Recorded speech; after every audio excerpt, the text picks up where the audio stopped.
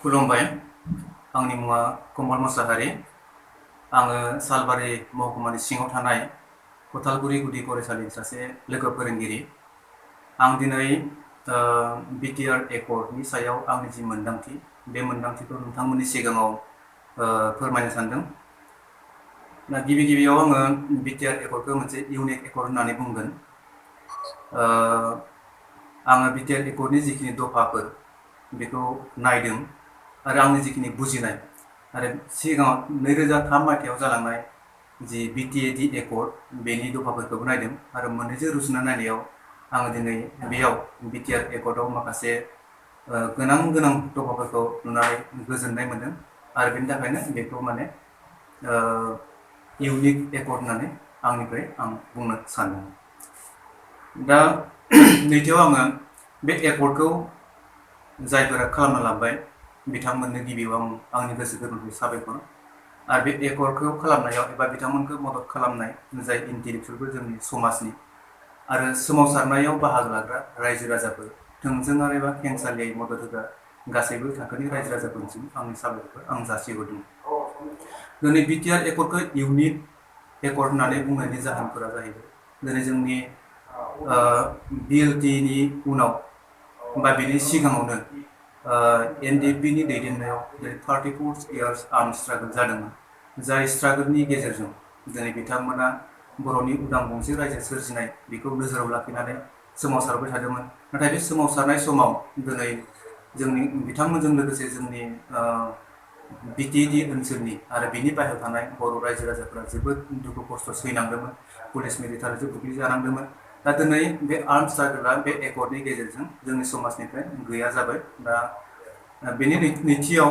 जोंनि बर'नि जिथु लं पेन्डिं डिमान्ड जि आलदा रायजो उपेन्द्रनाथ ब्रह्मआबो आलदा रायजोखौ नोजोर लाखिनानै सोमावसारदोंमोन। दिनैनि तारिखाव जुदिअ बिटिआरआ फुल प्लेजेड मोनसे सेपार स्टेटनि महर नङाब्लाबो जोंनो नांगौ जानाय जिखिनि बिथिंफोर बे बिथिंफोरखौ बे बिटिआर एकर्डआव जों मोननाय जादों। आरो बे एकर्डआव जिखिनि दफाफोर मोनबाय बे दफाफोरखौ मावफुंनायनि गेजेरजों जोङो उन समाव मोनसे जौगाखां बिटिआर हिसाबै जोङो मोननो हागोन आं बेखौ फोथायो। दाना बेनि अनगायैबो जोंहा बे माबायाव एकर्डआव जिखिनि की क्लजेसफोर दङ आं बेखौ नोंथांमोननि सिगाङाव एसे फोरमायथिनो लुबैदों। दिनै जोङो बे एकर्डनि गेजेरजों जोंहा दिनै बांसिन लेजिस्लेटिभ पावार, बांसिन एडमिनिस्ट्रेटिभ पावार, बांसिन एक्जिकिउटिभ पावार आरो बांसिनै फाइनेन्सियेल जोङो पावारखौ मोननो हादों। नो डाउट जिथु 280 आर्टिकेल बेखौ 125th एमेन्डमेन्ट 2019आव खालामनाय जादोंमोन। जियानो जा बेयो बे बिटिआर एकर्डआव जोंहा मेनसन दङ। बे हिसाबै जोंहा जोंनि जिथु फान्डिं सेन्ट्रेल फान्डिं बे सेन्ट्रेल फान्डिंआ जोंनि काउन्सिलाव एबा रिजनाव थोंजोङै फैगोन। ओमफ्राय बेयो सिगांनि बायदि फाया स्टेट जाना फैनाय नंला। स्टेटनि थ्रुयै फैनायनि थाखाय जोंहा बे फैसाफोरखौ जोङो नांगौ समाव मोनैनि थाखाय जौगानायनि खामानिखौ बिटिएडि थांनाय समफोराव 15 बोसोराव माने नांगौ बायदि खामानि मावनो हाबाखै। दा जोंहा बे जोंनि थाखाय मोनसे मोजां बाथ्रा। आरो जों बेयाव मोननो हादों माने 246 आर्टिकेल 7 सिडिउलनि आन्डाराव जोंनि जिखिनि डिभिजन अफ पावार्स जाय पावार्सखौ इउनियन आरो स्टेटनि गेजेरावल' जायो। नाथाय दिनै बे एकर्डनि गेजेरजों जोङो मा होनो स्टेटखौ नागारनानै बे इउनियन आरो रिजन एबा काउन्सिलनि गेजेरावनो बे डिस्ट्रिबिउसन अफ पावारा जागोन। दा बे जोंनि थाखाय मोजां लैखोन। दा बे हिसाबै जोंहा जेरै लेजिस्लेटिभ पावार, जेरै एडमिनिस्ट्रेटिभ पावार आरो फाइनेन्सियेल पावार बे जोंनियाव थोंजोङै फैगोन। बे जोंनि थाखाय बिटिआरनि रायजो राजाफोरनि थाखाय बे मोनसे मोजां बाथ्रा एबा गोजोनथाव बाथ्रा। दा बेनि उनाव जों बुंनो हायो बेनि अनगायैबो जोंनि बिटिआर ओनसोलाव जिखिनि ओनसोला हाबगोन बेनि बायजोआव थानाय बर'फोरनि थाखायबो बे एकर्डनि गेजेरजों बड' कसारि वेलफेयार काउन्सिल मोनसे जोङो क्लज मोननो हादों। बेबो जोंनि सारा बर' माहारिनि थाखाय जोबोद गोजोनथाव। सिगां बिटिएडि एकर्डआव बिथांमोना हाबनो हायाखैमोन। जुदिअ बिटिआरआव हाबनो हायाब्लाबो बिथांमोना गावसोरनि राव थुनलाइ हारिमु आरो राजखान्थियारि जौगानायनि थाखाय जिखिनि खामानि मावनांगौनि खामानि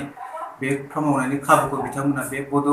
कसारि वेलफेयार काउन्सिलनि गेजेरजों मोननो हाबाय। आरो बेनि उनाव बुंनो हायो जोङो जे जोंनि बिटिएडि एकर्डआव थानाय कार्बि आंलं आरो डिमा हासाव बे काउन्सिलाव थानाय बर'फोरा दिनैसिमहालागै जुदि एकर्डआव दंमोनब्लाबो बिटिएडि एकर्डआव बिथांमोना एसटि हिल स्टेटासखौ मोननो हायाखैमोन आरो दिनै बे एकर्डनि गेजेरजों बिटिआर एकर्डनि गेजेरजों बिथांमोनाबो एसटि हिल स्टेटासखौ मोननो थांनायनि लामायाव मोनफैबाय। बेनि उनाव जोंहा मोनसे आरोबाव जोबोद मोजां मोनसे क्लज मोननो हादों बे एकर्डनि गेजेरजों, बे जाहैबाय रिकगनाइजेसन अफ फरेस्ट दुलार एक्ट 2006। दानि बिटिएडि ओनसोलनि बाहेराव जिखिनि बर'फोर दङ सनितपुरनि आरो बिनि खाथि खाला नांजाबनाय जिल्ला, बे ओनसोलनि रायजो राजाफोरा बे आयेना पास जाखांनायनि उनावबो आसाम सरकारा बेखौ मावनानै होआखैमोन एबा बिथांमोना हानि जिथु मोन्थाय बे मोन्थायखौ मोनाखैमोन आरो हानि मोन्थाय मोनैनि थाखाय बिथांमोना दिनै सरकारि माखासे खाबुनिफ्राय गोजान थानो गोनां जायो। स्कुलफोरा प्रभिन्सियेलाइज जाया, गुबुन गुबुन खाबुफोरखौ बिथांमोना मोननो हाया, मात्र बिथांमोना भटनि समाव भटल' होनो मोनो, नाथाय बिनि उनाव जेबो मोन्थाय मोना। आरो बियो जोबोद दुखुनांथाव बाथ्रा।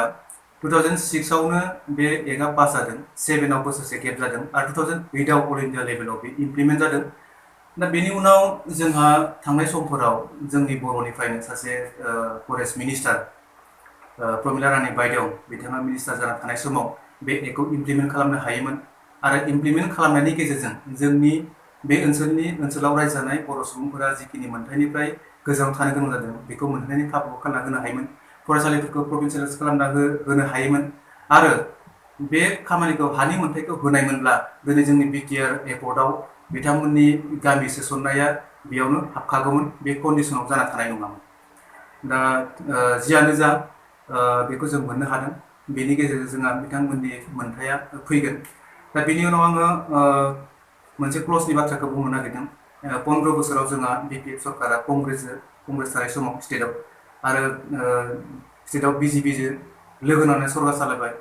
थेवबो बिथांमोना जोंनि बिटिएडि ओनसोलाव थानाय बर' फरायसालिफोरखौ गुदि फरायसालिनिफ्राय हमनानै जेसेबां सायाव फरायसालिफोर दंमोन बेखौ प्रभिन्सियेलाइज खालामना होनो हायैया जोंनि थाखाय जोबोद दुखुनांथाव बाथ्रा आरो जायनि थाखाय बेयाव फोरोंगिरि मावनाय आरो फरायसुलाफोरनि थाखाय जोबोद खहा लाबोदों। दा बे मोनसे बाथ्रा। आरो जोंनि बर'नि मोनसे आफाद जायखौ जोङो पेरेन्ट अर्गानाइजेसन होनना बुङो, बर' थुनलाइ आफाद, दुलाराय बर' फरायसा आफाद आरो गुबुन गुबुन आफादफोरा सिगां समनिफ्रायनो जोंनि बर' मिडियामनि जेंनाखौ सुस्रांनो थाखाय आसाम गभर्नमेन्टनि खाथियाव सेपारेट डिरेक्टर फर बर' मिडियाम मोनसे मुंजों बिगोबाय थादोंमोन, नाथाय बेखौबो जों मोनफुंनो हायाखै। जोङो बिदोंमोन, नाथाय बिटिसि गभर्नमेन्टआ बेनि फारसे गोसो होयैनि थाखाय, आसाम सरकारखौ नारसिननो हायैनि थाखाय, जेबो बिथांमोनखौ कनभिन्स खालामनो हायैनि थाखाय बे माबाखौ जोङो सुबिदाखौ मोननो हायाखै। नाथाय बे एकर्डनि गेजेरजों जोङो बे सेपारेट डिरेक्टर फर बर' मिडियाम बेखौ जों मोननो हाबाय आरो बे फसंथाननि गेजेरजों बा बे डिरेक्टरनि गेजेरजों जोंनि बर' बिजोङाव थानाय जिखिनि जेंनाफोर दङ, फोरोंगिरि थिसननाय, बिजाबनि जेंना, बायदि रोखोमनि जेंनाफोरखौ जोङो बेनि गेजेरजों सुस्रांना लानो हानायनि खाबु जोङो मोननो थांगासिनो दङ। बेनि उनाव एडमिनिस्ट्रेटिभ स्टाफ कलेज जों मोननो हादों। बेबो जोंनि थाखाय मोनसे मोजां फसंथान। दिनै जोङो सिभिल सार्भिसनि थाखाय जायफोरा आनजाद लिरो एबा आनजादाव उथ्रियो, जेरै एपिएस, एससिएस, जायफोरा एलाइड सार्भिसेसफ्राव पास जायो, बिथांमोनखौ ट्रेनिं होनो थाखाय बे मोनसे फसंथान। दा बेयो जोंहा मोनसे फाउन्डेसन जाना थाखाबाय, बे फाउन्डेसन थाबाय। इयुनाव जोङो फुल पेजेड स्टेट जुदि जायोबाथाय जोंहा मा जागोन, बिपिएससि, बे बिपिएससिखौ मोनबानो जोंहा जोंनि जि सिभिल सार्भिस जायफोर पास खालामगोन बिथांमोनखौ ट्रेनिं होनायनि बेबस्थाया जोंहा बेयाव जाना थाखाबाय। दा बेनि उनाव कालचारेल कमप्लेक्स काम सेन्टार अफ एक्सिलेन्स, बेयो दतमानि थुलुंगापुराव जागोन, बड'फानि मुङाव। बेबो मोनसे मोजां मोनसे फसंथान, जाय फसंथानखौ सिगाङाव मावनांगौमोन बिटिएडिआव, बे एकर्डआवबो दंमोन। दिनै बिनि गेजेरजों जोंनि राव, जोंनि हारिमु, जोंनि कालचार, बिनि सायाव रिसार्च जागोन, बिनि सायाव स्टाडि जागोन आरो बे रिसार्च आरो स्टाडिनि उनाव जिखिनि जोंहा मावनो गोनां खामानि दं बेखौ लानानै गभर्नमेन्टखौ जोङो रिकमेन्ड खालामनो हागोन। आरो गुबुन जोंनि बिटिआर, बै समाव बिटिआर जागोन, बिटिआरनि बायजोआव जायफोर बर'फोर थागोन बिथांमोननि राव हारिमु जौगानायनि थाखाय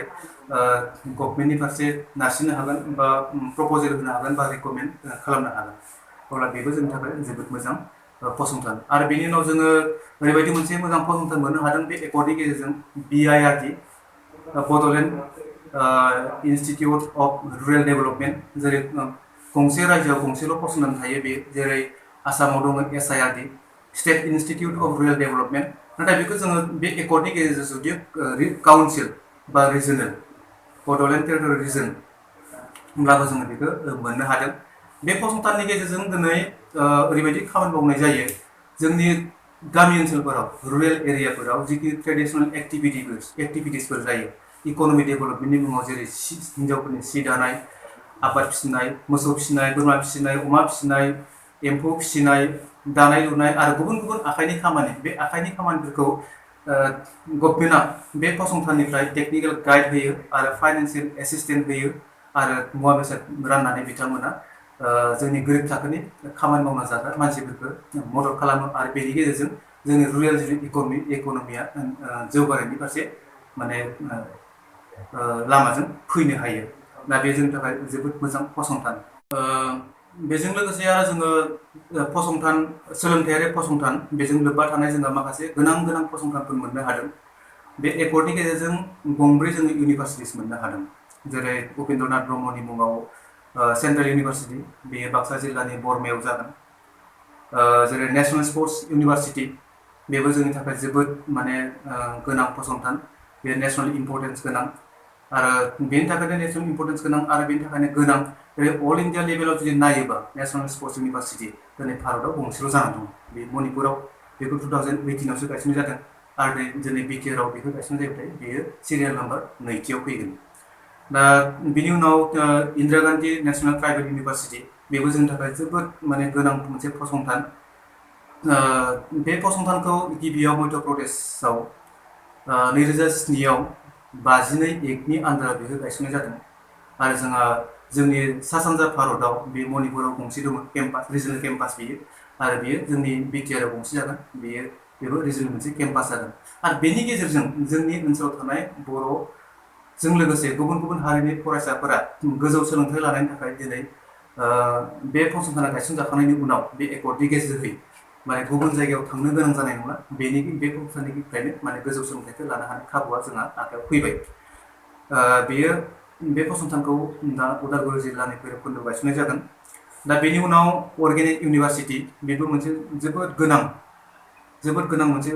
फसंथान दिनै अल इन्डिया लेभेलाव जुदि अर्गेनिक इउनिभारसिटिखौ नायनो थाङोब्ला दिनै गंसेल' दङ बेयो गुजरातआव दङ बेखौ 2012 मायथाइयाव गायसंनाय जादोंमोन आरो जुदि बिटिआरआव बे एकर्डनि गेजेरजों बे अर्गेनिक इउनिभारसिटि गायसंजायोब्ला बियो अल इन्डिया लेभेलाव नैथि मासियाव थागोन दाना बेनि उनाव जोंनि क'क्राझारनि अनगायै स्पर्ट्सजों सोमोन्दो थानाय चिरां बाक्सा आरो उदालगुरियाव साइ सेन्टार थागोन आरो बेनि गेजेरजों जोंनि जायफोर गेलेनायाव माने रोंखा राखा बा गोसो गुदुं बे लाइमोनफोरा बे सेन्टारनि गेजेरजों गावसोरनि केरियारखौ दानो हागोन बे जोंनि थाखाय जोबोद मोजां आरो फसंथाननि बेलायाव जोंहा मेडिकेलजों रिलेटेड जोंहा फसंथानफोर मोननो हादों फारियै नेरेम्स मोननो हादों बे नर्थ इस्ट रिजनाव जोंहा दिनै नायोब्लाथाय बिनि नाम्बारा गंसेल' जोंहा दं आरो बिनि उनाव जोंहा दिनै बिटिआर एकर्डनि गेजेरजों जोंहा बिटिआरआव बे फसंथानखौ मोननो थांगासिनो दंमोन आरो बेनि उनाव दङ institute of paramedical and nursing science बेबो जोंनि थाखाय जोबोद मोजां फसंथान आरो जाय फसंथाना गैयिनि थाखायनो जोंनि लाइमोनफोरा माने गोजानाव थांनानै फरायनो खाबु मोनामोन एसेल' बिबांनि मानसिफोरा फरायनो खाबु लानो हायोमोन दिनै बे फसंथाना गायसनजाखांनायनि उनाव गोबां अनजिमानि लाइमोनफोरा दिनै बे फसंथानाव मोजां सोलोंथाइ लानो हागोन आरो बेनि उनाव cancer hospital medical and hospital बे तामुलपुराव गायसनजागोन आरो बेबो जोंनि थाखाय जोबोद मोजां फसंथान आरो बे फसंथानाव जोंनि लाइमोनफोरा माने हायार एजुकेसन लानो हागोन आरो बेनि गेजेरजों बे फसंथानफोरनि गेजेरजों जोंनि बिटिडिआव नांगौ जानाय जिखिनि हिउमेन रिसर्सफोर बे हिउमेन रिसर्सखौ जोङो गोबां बिबांनि जों दानानै लानो हागोन जाय हिउमेन रिसर्सखौ थांनाय 15 बोसोराव बिपिएफनि दैदेननायाव जिखिनि बिटिसि सरकार सालायदोंमोन बिथांमोना दानो हायाखैमोन बे जोंहा बिटिआर एकर्डनि गेजेरजों जोङो थोजासे गुबुन बिथिङाव जोङो हिउमेन रिसर्स दानानै लानो हागोन बे बाथ्राखौ आङो फोथायो सोलोंथायारि फसंथाननि बिथिङावनो जेराव टेक्निकेल इन्स्टिटिउटबो जों मोननो हादों जेरै एनआइटि बे एनआइटिआ नेक्स्ट टु आइआइटि जायो बेयो उदालगुरियाव गायसनजागोन दिनै अल इन्डिया लेभेलाव जुदि नायोबाथाय 31 NIT दङ दिनै बिटिआरआव गायसनजायोबा 32 नाम्बार फैगोन दा बेबो जोंनि थाखाय जोबोद मोजां फसंथान आरो बेनि उनाव बेनि सिङाव मा दङ मोनब्रै जायगायाव बिटिआरनि मोनब्रै जायगायाव जेरै सिंलिमारि हरिसिङा बासबारि आरो गौबाथनियाव पलिटेकनिक आरो भकेसनेल ट्रेनिं सेन्टार गायसनजागोन आरो बे सेन्टारनि गेजेरजों बा इनस्टिटिउटनि गेजेरजों जोंनि रोजा रोजा लाइमोनफोरा जायफोरा सोलोंथाइ लानो गोसो बिथांमोना सोलोंथाइ लानो हागोन आरो थांना थानायनि जिखिनि राहा बे राहाखौ बिथांमोना दानानै लानो हागोन बेनि उनाव मेनेजमेन्ट लाइननि जोंहा फसंथान मोननो हादों बे एकर्डनि गेजेरजों इनस्टिटिउट अफ लाइभलिहुड मेनेजमेन्ट बे जाहैबाय टंलायाव उदालगुरि डिस्ट्रिक्टनि आरो बेनि गेजेरजोंबो जोङो बे दिगाव जोङो माखासे फरायसाफोर मोननो हागोन बा हिउमेन रिसोर्स मोननो हागोन आं बेखौ फोथायो दानि बिनि उनाव hotel and tourist management institute बेखौबो जों मोननो हादों बेहाय बे एकर्डआव जायगाखौ बेवहाय मख'नाय जायाखै दा बेफोर फसंथानफोरखौ नायोब्लाथाय जोंनो गंसे रायजोआव एबा हादोरसायाव जिखिनि फसंथानफोर मोनो जुदि रुजुनानै नायबाथाय बेनि बांद्राय खम नङा बेयावथ' जोङो मोजां मोजां फसंथानखौ मोनबाय बे फसंथाननि गेजेरजों जोंहा रोजा रोजा लाइमोनफोरा मोजां मोजां सोलोंथाइ लागोन गोजौ सोलोंथाइ लागोन दा सोलोंथाइ लाखांनायनि उनाव जोङो लाइमोनफोरा मा खालामो दाथ' जब नांगोन जोंनो जब इन दा सेन्स बेयो गभर्नमेन्ट सेक्टरनिल' नङा बे प्राइभेट सेक्टरावबो जानो हायो दा बे सोलोंथाइ गोनां मानसिफोरखौ गोजौ सोलोंथाइ गोनां मिडियाम लेभेलनि सोलोंथाइ गोनां आरो एसे खम सोलोंथाइ गोनां मानसिफोरखौ खामानि होनो थाखाय जोंहा बे एकर्डनि गेजेरजों industries and employment generation policies जों मोननो हादों बे जोंनि थाखाय जोबोद गोजोनथावना बाथ्रा बेफोरनि गेजेराव दङ जोंहा जोंनियाव थाखानाय जिखिनि दारिमिन बे दारिमिनफोरखौ फोजौनाय ट्रेड एन्ड कमार्सनि बाथ्रा जाय ट्रेड एन्ड कमार्सखौ डेभेलप खालामनो थाखाय जोङो सेन्ट्रेलनिफ्राय थोंजों फान्डिं मोनगोन आरो बेनि गेजेरजों जोङो ट्रेड एन्ड कमार्सखौ जौगाहोनायाव जोङो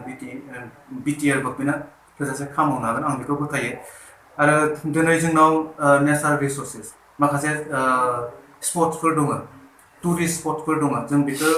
फोजौखांनायनि जोंहा बे एकर्डआव खाबु मोनदों क्लज हिसाबै मोननो हादों नेसनेल पार्क हिसाबै जोंहा गंसे दङ जाय नेसनेल पार्कआ बाक्सा आरो चिराङाव गोग्लैयो दा जोङो आसामनि नेसनेल पार्कखौ नायोबा आसामाव गंबा नेसनेल पार्क दङ दा बेनि गेजेराव साबसिन एकदमबारे टुरिस्टफोरखौ एट्राक्ट खालामसिननो हानाय नेसनेल पार्कआ जाहैबाय काजिरङा गंबा नेसनेल पार्कनि गेजेराव जोङो मोनसे रिपर्ट नायदों आङो 2010निफ्राय हमनानै 2014नि गेजेराव जिखिनि रेभिनिउ फैदों गभर्नमेन्ट नर्थ आसामनिसिम टुरिस्टफोरनिफ्राय डमेस्टिक बा फरेन टुरिस्टफोरनिफ्राय बेयाव काजिरङा नेसनेल पार्कआ हारसिंनो 82% शेयार खालामदों 82% शेयार खालामदों बाखि गंब्रै नेसनेल पार्कआ 18%ल' अब्ला जोंहा मानास नेसनेल पार्क दङ बिराद मोनसे मोजां नेसनेल पार्क बियो मोजां स्टेटास दङ बेवहाय बेयाव स्पिसिस डाइभारसिटिस दङ बेयाव माखासे खामानि मावनो हानायनि खाबुफोरा दङ पटेनसियेला दङ नाथाय थांनाय 15 बोसोराव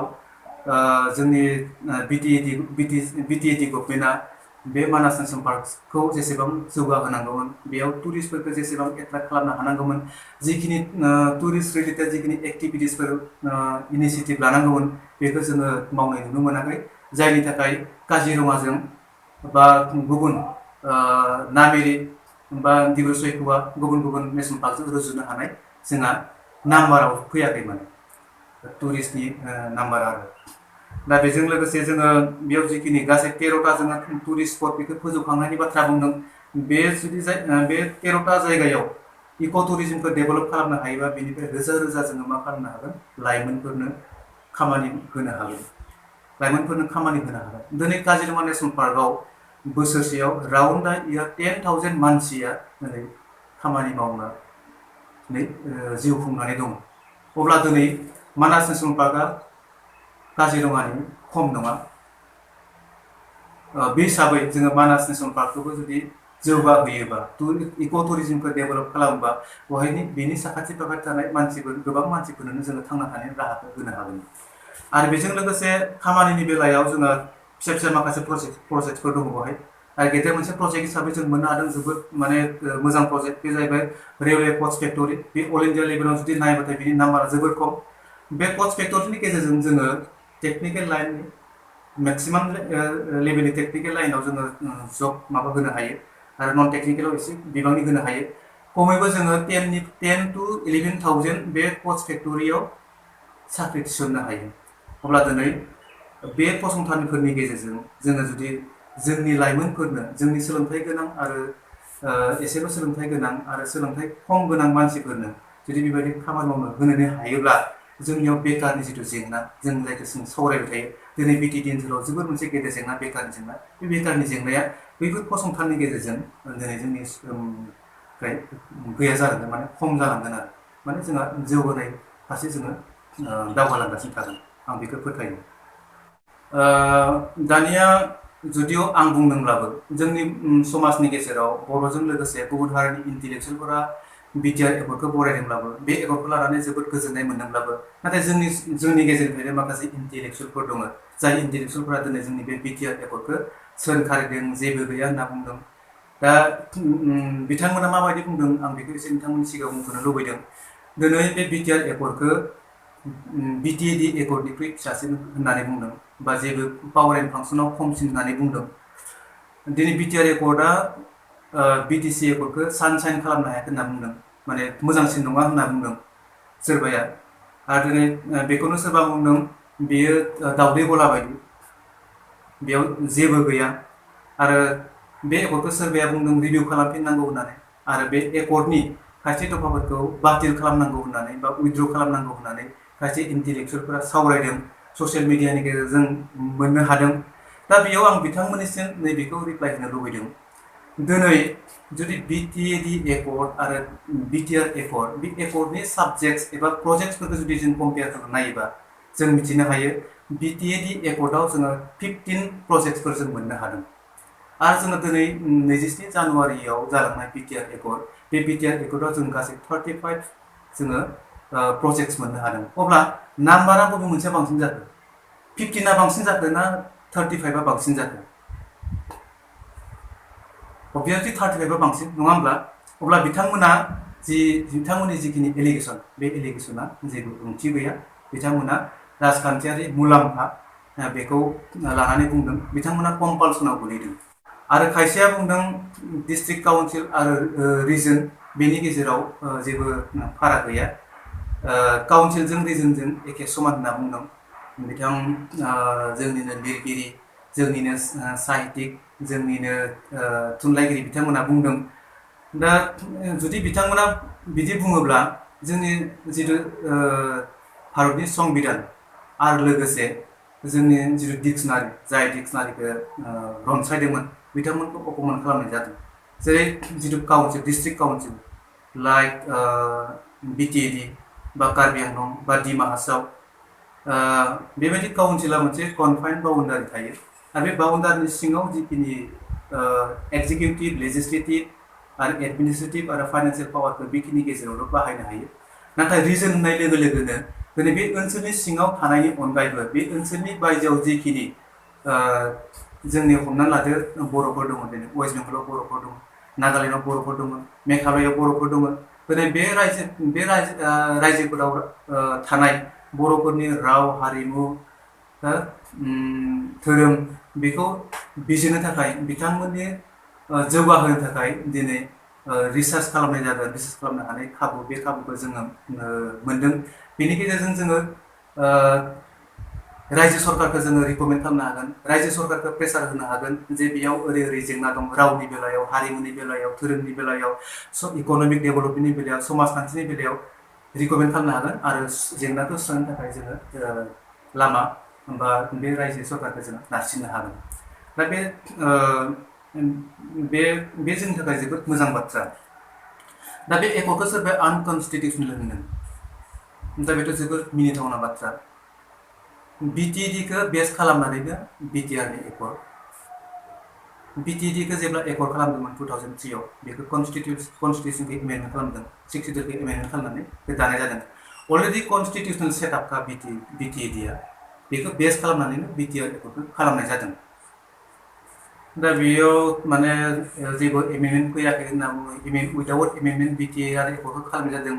दिनै मोनसे कमिटमेन्ट दंमोन दिनै आसाम गभर्नमेन्टआ मोनसे कमिटमेन्ट होदों बेयाव सेन्ट्रेल गभर्नमेन्टआ कमिटमेन्ट होदों बेयाव बिजेपिनि दैदेननाय जिथु सरकार दा बेयाव जिखिनि कमिटमेन्ट होबाय बे हिसाबै बिथांमोनाबो बेखौ मावफुंनायनि दायित्वआ बिथांमोनहाबो दङ। बेयो आनकनस्टिटिउसनेल नङा, बे कनस्टिटिउसननि पार्ट। जुदि आनकनस्टिटिउसनेल जानायमोनबा दिनै बेयाव 280 आर्टिकेला बेयाव इमप्लिमेन्ट जानाय नङामोन। 246 आर्टिकेल 7 शेड्यूला बेयाव इमप्लिमेन्ट जानाय नङामोन। इन्डास्ट्रि पलिसि बेवहाय फैनाय नङामोन।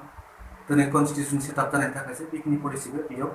बेयाव एकर्ड बेयाव दफा हिसाबै सोसननो गोनां जादों एबा हादों आरो। दा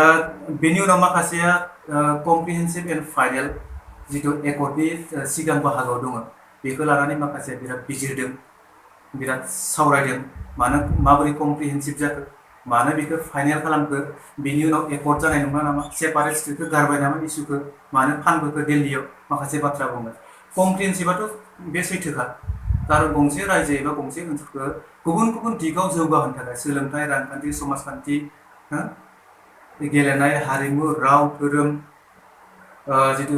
हानि मोन्थाय, गासैबो बिथिङाव जौगाखांहोनो थाखाय जिखिनि साबजेक्टसफोर नांगौ,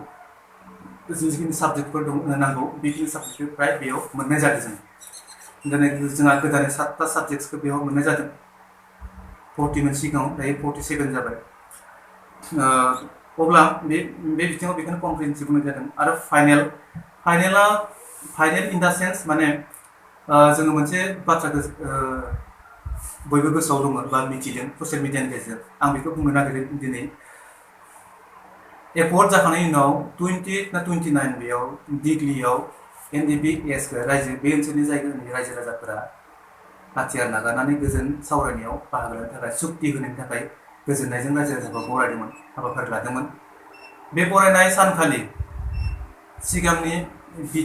BTADनि चिफ हाग्रामा महिलारिया बाहागो लाहैदोंमोन आरो मिडियानि सिगाङाव बिथाङा बुंदों,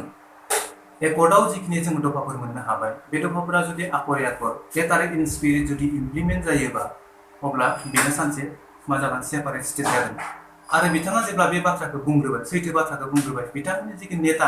पार्टी नेताफोरा जोबोद गोजोनदों, आखाइ खबदों, बिराद माने क्रेडिट लादों। माने क्रेडिटखौ आरो हाग्रामा महिलारिनो हरदों आरो माने रावबो बुङाखैमोन, रावबो सानस'नो हायाखैमोन। जोंनि हाग्रामा महिलारि सारासो बे सैथो बाथ्राखौ बुंबाय, रायजोफोरनि सिगाङाव फोरमायबाय बेखिनि बाथ्रा। आरो जोंबो गोजोननाय मोन्दों, जोंथ' गोजोनखानायखा, बिथाङा बुङाबो जों गोजोनखानायखा बे एकर्डखौ लानानै। नाथाय साननैनि उनाव मा जाहैबाय, जेब्ला बिथांमोननि जिखिनि जायफोर इन्टेलेक्सुयेल क्लासनि जायफोर एडभाइजारफोर दं, बिथांमोना बुंबाय, साराथ' सैथो बाथ्राखौनो बुंदों, सानसे बे एकर्डआव जिखिनि दफाफोर मोनदों बे इमप्लिमेन्ट जायोबाथाय सानसे अट'मेटिक माने मा जागोन, बेयो सेपारेट स्टेट जागोन। सारनि बुंनाया 100% सैथो। नाथाय सारा बिदि बुंबाय थायोबाथाय जोङो राजखान्थि भाबै जथेस्थ' जोंहा खहा दङ। नोंथाङा बाथ्राखौ सोलायफिननांगोन। जुदि बिदि बुङोबाथाय गासैबो भटआ मा होनो इउपिबिएलसिम थांगोन बा एबसुनिसिम थांगोन, एबसुआ जायखौ सापर्ट खालामो बिथांमोनसिम थांगोन। अब्ला जोंनि पलिटिकेल माबाया मा जागोन, स्थितिया मा जागोन, जोंहा जिर' जागोन। नोंथाङा बेखौ दानस्लायनानै ओरैनो बुंफिनदो। बोसोन होबाय, हाग्रामा महिलारि बिथाङा बुंफिनबाय, साननैसोनि उनावनो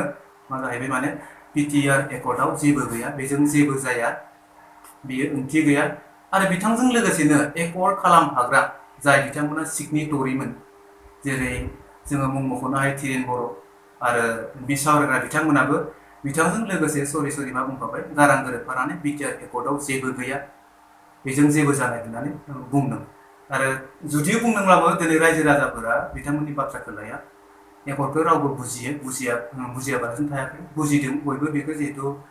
बेखौ लानानै गोजोननाय मोनदों। बिथांमोननि बुंनाया जेबो गोहोम खोख्लैनो हानाय नङा आरो खामानि फैनाय नङा।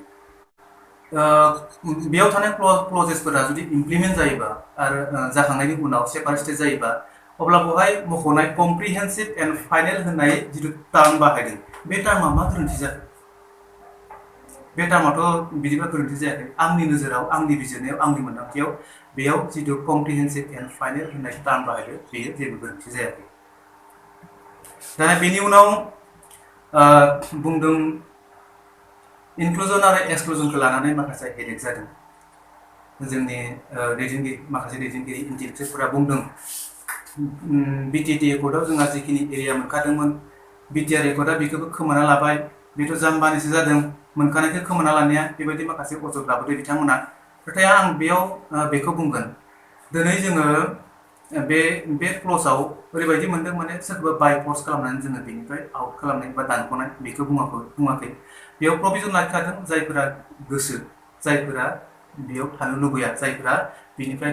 बिटिएडि एबा बिटिआरनिफ्राय बाहेरायाव थांनो लुबैयो बिथांमोना थांनो हागोन बे प्रभिजनखौसो लाखिनाय जादों आरो दिनै जोङो 30%नि बाथ्रा बुंबाय थायो गुबुन हारिनि मानसिफोरा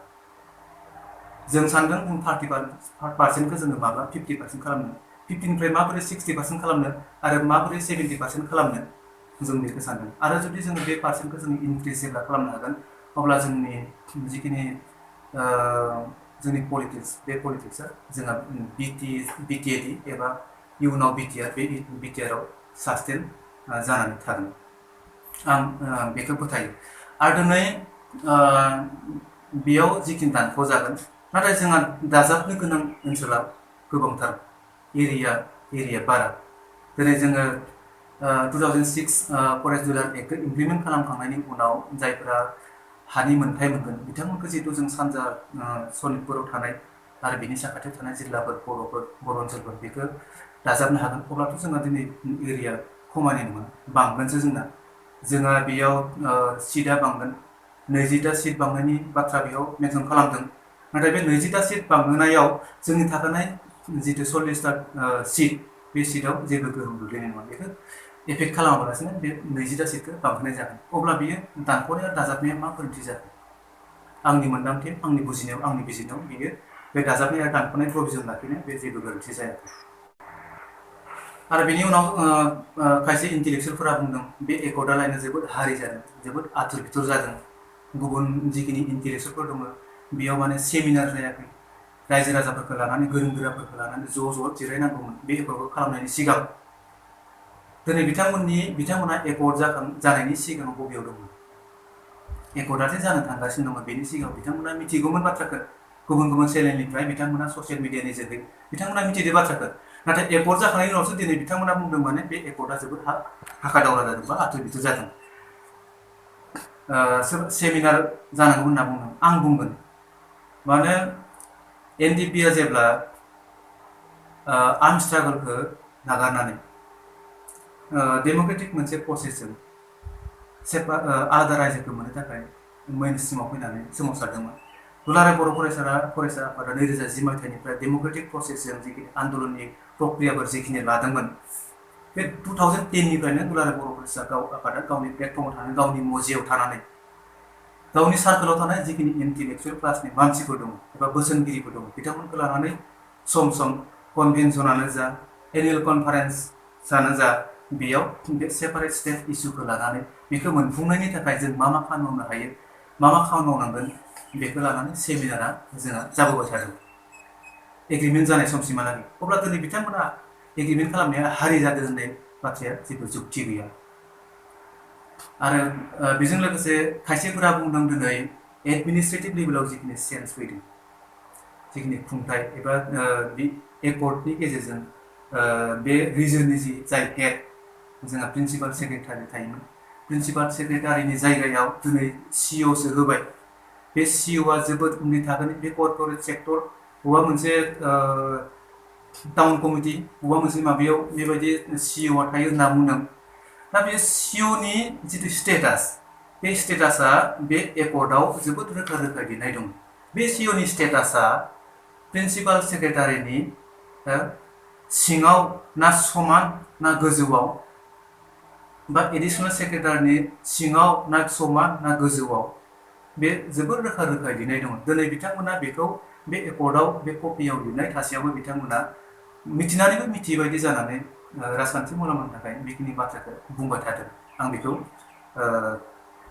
बिदि बुंदों होनना सानो आरो बेजों लोगोसे बिथांमोननि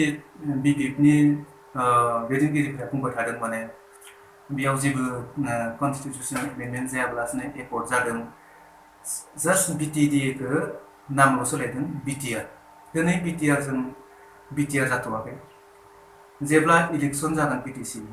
एबा बिटिएडिनि बिसायख'थि जोबखांनायनि उनाव जोङो काउन्सिल जिथु दागोन गामि सोसननायनि माबानायनि बेनि उनाव दाखांनायनि उनावसो स्टेट अर्गानाइजेसननि खामानिया जेब्ला जोबगोन बेनि उनाव जोङो बिटिआर लिरनो हागोन दा जोंहा 6 मान्थनि गेजेरावनो जानांगौ नाथाय दा मुलुगनाङै जिथु COVID-19नि जि गाग्लोबनाय बे गाग्लोबनायनि थाखाय दिनै बे जोंनि कमिसन दानानै खामानि मावनायनिया थाद'नो गोनां जाबाय जोङो गोसो बायनो गोनां जेबो बाथ्रा गैया बाहाय जोङो नेनांगोन एसे वेट खालामनांगोन बे दिनै नङा गाबोन जागोन गाबोन नङा समफोर जागोन बे कमिसना जेब्ला दाजागोन दाखांनायनि उनाव बे खामानिया सोलिगोन आरो बे दाखांनायनि उनाव बे जोंहा रिअर्गेनाइजेसननि खामानियाबो जागोन दा बेयाव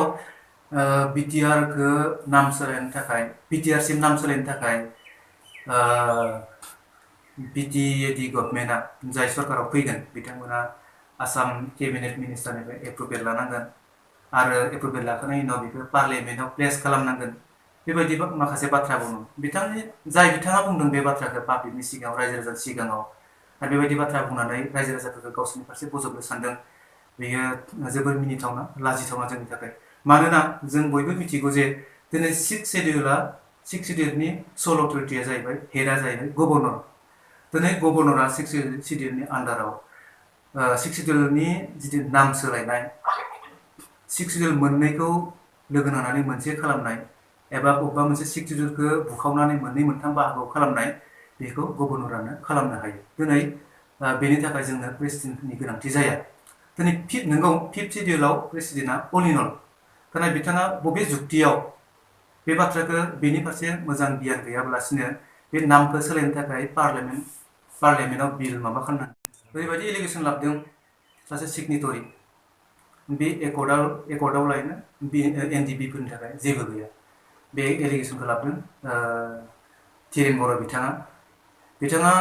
बेयाव जिखिनि क्लजेसफोर दङ एनडिबिनि थाखाय जिथु क्लज दङ बे क्लजखौ फरायाखै नामा दा बुजियाखै नामा बिथाङा दा जों फोथायो बिथाङा सासे गावखौनो हेभि वेट लिडार हिसाबै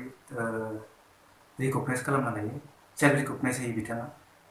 गोरों होननानै गावखौ बुंनानै लायो दा सासे हेभि वेट लिडार मारब्ला सासे गोरों मानसि मारब्ला बिथाङा बेखौ मिथिनानैनो मिथियै खालामनाया मिथियै बायदि फाव खालामनाया बे सासे नेहाथ मानसि बा जाम्बा मानसिनि बायदि जादों बे जोंनि थाखाय दुखुनांथावना बेखौ मानसिफोरा गैया बेखौ मिथिखागौ आरो ओरैबायदि एलिगेसन लाबोदों बेयाव बे एकर्डआव 1500 कौटि होदों बोसोरथामनि थाखाय बोसोरसेयाव 500 कौटि होदों बे 500नि गेजेराव मिरु सरकारनिफ्राय 250 कौटि आरो आसाम सरकारनिफ्राय 250 कौटि अब्ला बोसोरसेयाव जोंहा 500 कौटि जायो जुदि 500 कौटि बोसोरथाम जुदि जायोब्ला 1500 कौटि जाहैबाय दा बेजों मा खामानि मावो दा माखासे सावरायदों माने एनेक्सार 2, 3 and 4आव जिखिनि प्रजेक्टसफोर 35 प्रजेक्टसफोर होदों बे प्रजेक्टखौ बेसेबां मावफुंनो हागोन होनदों 20% मावफुंनो हागोन होननानै सोरबाया माने अजद लाबोदों दा बे जोबोद मिनिथावना बाथ्रा बे 1500 कौटि रांजों बे एकर्डआव जिखिनि जोङो फसंथानफोर मोन्दों 35 जोङो जितु प्रजेक्टसफोर मोन्दों बे प्रजेक्टसखौ 20% मावफुंनो हाया मानो मावफुंनो हाया नों जुदि एज फर एग्जाम्पल एनआईटि गंसे गायसननो गोनां जायोबाथाय बाहाय 900निफ्राय 1000 crore गोनांथि जायो गंसे मेडिकेल कलेज बा गंसे इउनिभार्सिटि गायसननो गोनां जायोबाथाय 400निफ्राय 500 crore नांगौ जायो अब्ला 15 crore जागोन गंनै इन्स्टिट्युसनसो बेजोंनो जोबगोन माथो दा बेखौ बिथांमोना बुजिनाया गाहाम दिनै सेन्ट्रेल इउनिभार्सिटि गायसनगोन बे इउनिभार्सिटि गायसननो थाखाय सेन्ट्रेल गभर्नमेन्टनिफ्राय बेखौ पार्लियामेन्टआव बिल लाबोगोन बेसेबां फैसा नांगोन बेखौ गायसननो थाखाय स्टेटनिफ्राय बेवहाय इउनिभार्सिटि गायसननायनि प्रजेक्ट दङ स्टेट गभर्नमेन्टआ बेनि सायाव बिल लाबोगोन बे प्रजेक्टखौ मावनो थाखाय बे इउनिभार्सिटि बा फसंथानफोरखौ गायसननो थाखाय बेसेबां फैसा नांगोन बेनि बिल लाबोगोन स्टेट गभर्नमेन्टआ दा बेजों बे फसंथानफोरा गायसनजागोन बेयाव 1500 कौटिया जाहैबाय बेयाव थानाय फिसा फिसौ इन्स्टिट्युसनफोर आरो जोंनि बड'लेण्ड आलादा रायजोखौ नागिरनानै जिखिनि सोमावसारनायाव जायफोरा मुंख्लं जानांबाय जायफोरा दुखु सैनांबाय जायफोरा न' बां सावजाबाय गोमाजाबाय जिखिनि प्रपार्टि डेमेज जाबाय बिथांमोननो दिनै रिहेबिलिटेसन होनायनि बाथ्रा बिथांमोननो कम्पेनसेसन होनायनि बाथ्रा बेफोरखौ जों बेजों मावना लानांगोन आरो फिसा फिसौ खामानिखौ डेभेलपमेन्ट खामानिखौ बे 1500 कौटिनि गेजेरनिफ्राय जोङो मावनांगोन दा बेखौसो बेवहाय मिनिं खालामदों बे 1500 कौटिनि गेजेरजोंनो बेयाव मख'नाय गंब्रै इउनिभार्सिटि बे माब्लाबा सम्भब नङा जाखाया आरो दा बिथांमोना बुजिना लानाया गाहाम मिथियाबा जुदि सोरनावबा सोंनानै बुजिना लानाया मोजां आं बेखौ खावलायो बेनि उनाव मोनसे एलिगेसन लाबाय थादों बे एकर्डखौ लानानै बेखौ जुदिअ जोंनि माखासे एकर्ड खालामग्रा आरो माखासे इन्टेलेक्सुयेलफोरा बेखौ पिस एकर्ड होननानै बुंदों आरो बेयो नंमारगौबो। नाथाय खायसे खायसेफोरा बे एकर्डखौ रिजेक्ट खालामदों। बेयो पिस एकर्ड जानो हायाखै। जुदि पिस एकर्ड जानायमोनब्ला रन्जन दैमारा दिनै जेलावनो थांफिननो गोनां जागोन। बेयो ल'नि कर्स बेयो। दिनै बिथाङा एग्रिमेन्ट जानायनि सिगाङाव चुक्ति खालामनायनि सिगाङाव बिथाङा अलरेडि जेलाव दंखायो हाइनेस केसनि एगेन्सि। आरो बिथांजों लोगोसे माखासे मावथिफोरा दंफायो। गोबां मावथिफोरानो दिनै जेलाव दङ हाइनेस केसाव दङ। दा बिथाङा दिनै जेलाव थानायाव पार्सनेलि आंबो सासे बर' हिसाबै दुखु मोननाय दङ। बिथाङा जेलनिफ्राय उदां जानायखौ बिथांजों लोगोसे जिखिनि दावहारुफोर दङ आंजों लोगोसे दिनै बर' रायजो राजाफोरा बिथांमोनखौ जेलनिफ्राय बारग'नायखौ मिजिं खालामो लुबैयो। नाथाय जोङो नेनांगोन। दिनै जोङो एसेबां हारि जायोब्ला जानाय नङा। दिनै बिथाङा जेलाव थांफिननायाव सोरखौबा दाय होब्ला जानाय नङा, सोरबा प्रमद बर'खौ दाय होब्ला जानाय नङा। दिनै सरकारजों लोगो जानानै बिपि एबा कंग्रेस एबा सलायबाय। कंग्रेस थानाय समावनो बिथाङा जेल जादों। आरो बिनि उनाव बिजेपिजों एलायन्सआव थानानै सरकार सालायबाय। 3 गाहाम मन्थ्रि दंमोन, 12 जन एमएलए गासै। दा सरकारजों लोगो जाना सरकार सालायसेयावबो बिथांमोना दिनै रन्जन दैमारिखौ बख'नायनि थाखाय जेलनिफ्राय उदां खालामनो थाखाय बिथांमोना खामानि मावनो हायो। दा दिनै बिथांमोना बे जेलाव थांफिननायनि दायखौ दिनै प्रमद बर'नाव होबाथ' जानाय नङा। जों नेनांगोन बेखौ। दिनै जोङो बुङाखै जे बिथांमोना जेलावनो थाबाय थागोन,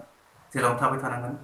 जों बुङाखै बा लुबैयाखै। ल'आ गावनि कर्स मथे खामानि मावगोन आरो सानसे बिथाङा बे जेलनिफ्राय उदां जागोन। जों बेखौ फोथायो। दिनै बेखौ लानानै राजखान्थि एनडिपिपि आर फेक्सननि जिखिनि मावथि सोद्रोमाफोर दङ बिथांमोनाव इमसन मोनसे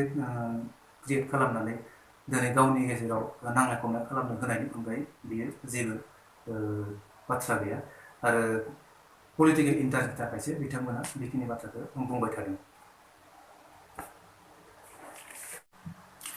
दिनै जोङो प्रेक्टिकेलि आरो ससियेल मिडियानि गेजेरजों जों मोनसे थासारि नुनो मोन्दों। एनडिपि मोनब्रै फेक्सननि गेजेराव गोरोबलायनो हायै राजखान्थियारि आरो गाव गावनि जिथु सार्थ बे सार्थखौ लानानै बिथांमोना गोरोबलायनाय बेखौ जों नुनो मोन्दों। दा आं बे बिथिङाव मोनसे बाथ्राखौसो आङो अल फेक्सननि गासै सोद्रोमा दैदेनगिरिफोरखौ खावलायनो लुबैदों। एनडिपिखौ गायसनजेननाय समनिफ्राय जिखिनि नियम निति एबा नेमखान्थिखौ लानानै बिथांमोना मोनसे स्ट्रिक्ट मोनसे डिसिप्लिननि गेजेरजों डिसिप्लिनखौ मेनटेन खालामनानै गावसोरनि सोमावसारनायखौ दैदेनबोबाय थादोंमोन। दिनै बिथांमोननि गेजेराव एकर्डनि उनाव एबा एकर्डनि एसे सिगां समनिफ्राय बिथांमोननि गेजेराव बे डेक'रामखौ मेनटेन खालामनाय नुनो मोनाखै। दिनै आं बेखायनो खावलायफिनगोन नोंथांमोना एकर्डनि सिगाङाव जिखिनि डेक'रामखौ मेनटेन खालामदोंमोन दिनै मेनटेन खालामफिन। गाव गावनि राजखान्थियारि मुलाम्फा गाव गावनि सार्थखौ त्याग खालामनानै एज ए हल रायजोनि सार्थनि थाखाय नोंथांमोना सानफिन। आं बेखौ खावलायगोन। आं बेनि थाखायनो खावलायगोन दिनै सिगनेटरिनि गेजेरावनो सोरबाया एकर्डखौ लानानै गोजोननाय गैया, सोरबाया गोजोननाय दङ। दिनै बेबायदि ड्रामाखौ नोंथांमोना खालामबाय थानाङा। दिनै रायजो राजाफ्रा गासैबो बुजिखायो। बेबायदि ड्रामाखौ नोंथांमोना जुदि खालामोबाथाय रायजो राजाफ्रा बे ड्रामाखौ नायनाय नङा। नोंथांमोननि ड्रामाया फ्लप जागोन। बेखौ रायजो राजा हिसाबै गनायनानै लानाय नङा। दैदेनगिरियानो जा, थुनलाइगिरियानो जा, लिरगिरियानो जा, बिथांमोना जिखिनि एलिगेसन लाबाय आं बिथांमोननि खाथियाव मोनसे उदां मोनसे सोंलु खालामनो लुबैदों। जाय बिथांमोना बुंबाय बिटिआर एकर्डआव जेबो गैया, दावदै गला, मोजां जायाखै होनना बुंबाय। उननि समफोराव नोंथांमोना ओरैबायदि खालामगोन नामा जे नोंथांमोननि जेब्ला फिसाज्ला एबा फिसाजोफोरा बिटिआर एकर्डनि गेजेरजों मोननाय जिखिनि फसंथानफोर दं, इउनिभार्सिटिसफोर दं, जिखिनि टेक्निकेल इनस्टिटिउटफोर दङ, जिखिनि मेडिकेल रिलेटेड इनस्टिटिउटसफोर दङ, जिखिनि इन्डास्ट्रिस आरो एमप्लयमेन्ट जेनेरेसन इनस्टिटिउटसफोर दङ, बेफोराव फरायनो नागिरोब्ला बे कलेजफोराव फरायहोआबालासिनो नोंथांमोना गुबुन कलेजाव फरायनो थाखाय बिथोन होगोन। बिटिआर एकर्डनि गेजेरजों जिखिनि साख्रि दिहुननाय जागोन, सोरजिनाय जागोन, साख्रिनि एडभार्टाइज ओंखारोब्ला नोंथांमोननि गथ' गथायखौ बे साख्रिनि एगेन्स्टै एप्लाइ खालामनायनिफ्राय गोजानाव थाहोगोन नामा? बा जिखिनि इन्डास्ट्रियेल एक्टिभिटिसफोर दङ, जिखिनि खाबुफोर दङ, बे खाबुफोरखौ लानो एबा लाहोनायनिफ्राय गाव गावनि गथ' गथायफोरखौ लाहोनायनिफ्राय नोंथांमोना गोजानाव थाहोगोन नामा? आं बेखौ नोंथांमोननियाव उदां सोंलु खालामदों। निस्सय थाहोनाय नङा। आरो नोंथांमोननि गथ' गथायाबो बे इउनिभार्सिटियाव फरायाबालासिनो थानाय नङा। बिटिआरनि गेजेरजों जिखिनि साख्रिफोर सोरजिजागोन आरो साख्रि सोरजिखांनायनि उनाव जिखिनि एडभार्टाइजमेन्ट ओंखारगोन नोंथांमोननि गथ' गथायाबो निस्सय एप्लाइ खालामगोन नोंथांमोना नोंथांमोननि गथ' गथायखौ होबथानानै लाखिनो हानाय नङा आरो बे गुबुन गुबुन खाबुफोरनिफ्राय एबा गुबुन गुबुन खाबुफोरखौ लानो थांनायाव नोंथांमोना नोंथांमोननि गथ' गथायखौ होबथानानै लाखिनो हानाय नङा अब्ला जुदि नोंथांमोना दिनैबो होबथानाय खामानिखौ मावबाय थायोबा नोंथांमोननि गथ' गथायनि थाखाय नोंथांमोननि जिथु मावनाय खामानि बे खामानिया मोनसे नोंथांमोननि फारसेनि मोनसे पाप बायदि जागोन एबा बे मोनसे गथ'फोरनि थाखाय मोनसे साव बायदि जागोन गतिके आं बेखौनो खावलायदों नोंथांमोना जिखिनि सावरायबाय जिखिनि क्रिटिसिजम नोंथांमोना लाबाय एकर्डखौ लानानै नोंथांमोना सानफिननांगौ मोजां मोनसे जोङो बेखौ बयबो बोजबनानै लादों नायथ' जोङो बिटिआर एकर्डखौ नायथ' बिनि गेजेरजों जिखिनि मावफुंजायो बेखौ वेट खालाम एसे वेट खालाम मावफुंनो हायाब्ला बिनि गेजेरजोंबो बेयाव जिखिनि दफाफोर मोनदों बेखौ मावफुंनायाव जुदि फेलार जायोब्ला बा बेजोंबो थोजासे जायोब्ला नोंथांमोना बे समाव सावरायनो हागोन जुदि दिनैसो दंफांखौ दिनैसो गायबाय दिनै गायनानै गाबोननो जुदि फिथाइखौ मोनजानो लुबैबा बोरै जानो बेनि थाखायथ' जोङो बिफां गायखांनायनि उनाव जोङो जोथोन लानांगोन हासार होनांगोन दै होनांगोन एम्फौ जादोंना बोरमा जादोंना मोसौ जादों बेनि थाखाय जोथोन लानांगोन आरो बे जोथोन लानो थाखाय जों बयबो सिगांबोनांगोन आरो दिनैनि जायफोरा सकल इन्टेलेक्सुवेलफोर दङ बे इन्टेलेक्सुवेलफोरखौ आं खावलायगोन जे बे गोदानै गायनाय जिथु बिफां बिटिआर बे बिटिआराव नोंथांमोननि आखाइजों दै लु नोंथांमोननि आखाइजों हासार एसे हो नोंथांमोना एसे नोजोर लाखि मोसौ जादोंबा होना बोरमा बेखौ बेंख'ना लाखिनाय बेरा होनानै बेखौ मोनसे मोजां प्रटेक्सननि गेजेराव लाखिनानै जौगानायनि जिखिनि खामानिफोर जिखिनि दफाफोर बेखौ मावफुंनायाव नोंथांमोनाबो माने मदद खालामनांगौ बा सिगां बोनांगौ आं बेखौसो नोंथांमोननि खाथियाव खावलायनाय दोनबाय दिनै बे बिटिआर एकर्डखौ इमप्लिमेन्ट खालामनांगौनि सार्थ'आव राजखान्थियारि मुलाम्फाखौ नोजोर बोआलासिनो गावारि मुलाम्फाखौ नोजोर बोआलासिनो जिखिनि राजखान्थि दोलोनि मावथिफोर दङ बा एनडिपि फेक्सननि जायफोर सोद्रोमाफोर दङ जायफोरा दिनै लेथेर फेथेर जानानै दङ लेथेर फेथेर जायाबालासिनो मोनसे राइट डिसिसन लानानै जाहाथे आवगायबोयो सरकार दानायाव मदद खालामो सोलायनायनि थाखाय बयबो खामानि मावो आं बेनि थाखाय जोंनि समाजाव थानाय बिटिएडि ओनसोलाव थानाय गासैबो थाखोनि राजखान्थि दैदेनगिरि आबादारिफोर फोरोंगिरिफोर मेलेमजिबि सोद्रोमाफोर लाइमोनफोर